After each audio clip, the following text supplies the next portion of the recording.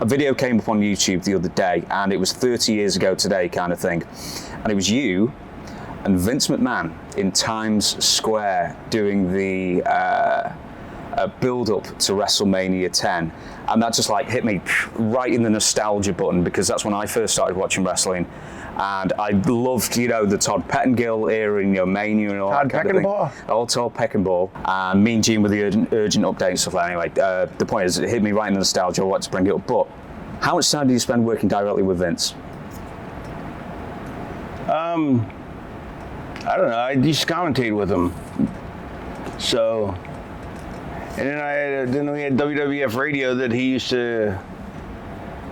He did a bunch of that, and then he'd be in the studio. I mean, I was also an associate producer Monday Night Raw. So I mean, I saw him a fair bit. This is going to be the obvious one, but when the news came out in January with the Janelle Grant lawsuit and everything like that, could you sort of like look at the Vince from back then and look at what he's accused of there and sort of marry the two together? I don't know. I mean, I never really thought about it, you know. I don't know the guy that well. I'm trying to think, so how long did you actually work with him? So you got there in 93? Year. Sorry? I was there for a year. Yeah.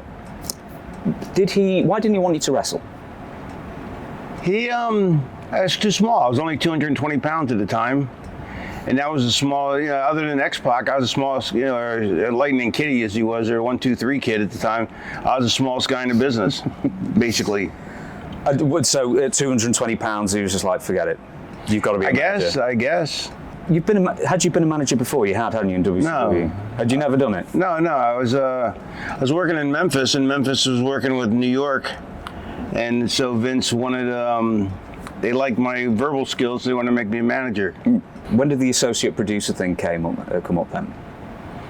A couple weeks into it, I think. Vince saw my talent, and so he made me a commentator on, and then he made me associate producer, and then went on from there. Yeah, not a great period of time. No, why not? Because I wasn't wrestling. I wasn't doing what I wanted to do. So looking back at it now, would you appreciate getting paid for not having to wrestle? Or just at that time you just had to wrestle and that was it? No, at that time I wanted to wrestle, but it's when they took me off of TV completely that I quit. Why did they do? Because they took me off of, they had me barely, you know, I was managing, but then they had me stop managing, and then they had me stop doing the wraparound segments I was also doing on the All-American show, which was the #2 show. And they just wanted me to produce, and I'm like, nah, that's not what I got in this business for. I mean, I'd only been in the business at that point 4 years.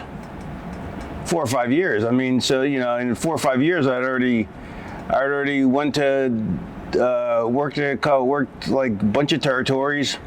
There's still territories when I got into business. I'm like the last guy that did the territories, and then still made it big. And then I went to WCW, and then Watts came in and got rid of me, which was ridiculous, and that's because of size thing. And then I went to Memphis, and then I went.